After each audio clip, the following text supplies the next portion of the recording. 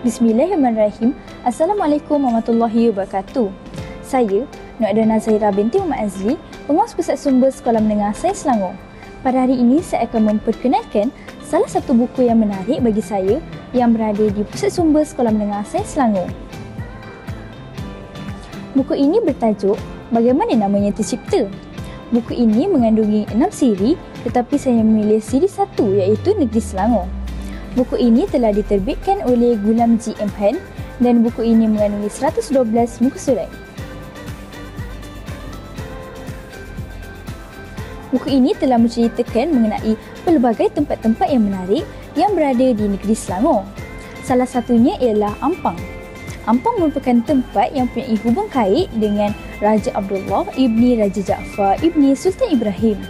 Ampang terletak di Mukim Ampang di dalam daerah Hulu Langat. Yang kedua ialah Asam Jawa. Asam Jawa terletak di Mukim Api-Api di dalam daerah Kuala Selangor. Penduduk Asam Jawa telah dianggarkan seramai 15,000 orang dan 1,000 rumah tradisi. Selain itu, buku ini juga mempunyai pelbagai lagi tempat-tempat yang menarik di Selangor dan buku ini telah menceritakan bagaimana tempat tersebut dapat diberi nama. Kesimpulannya, saya mempelawa anda semua untuk membaca buku ini dan anda semua boleh membacanya di Pusat Sumber Sekolah Menengah Sains Selangor. Akhir kata dari saya, jom baca bersama, nikmati saat ini. Selamat membaca. Sekian, terima kasih.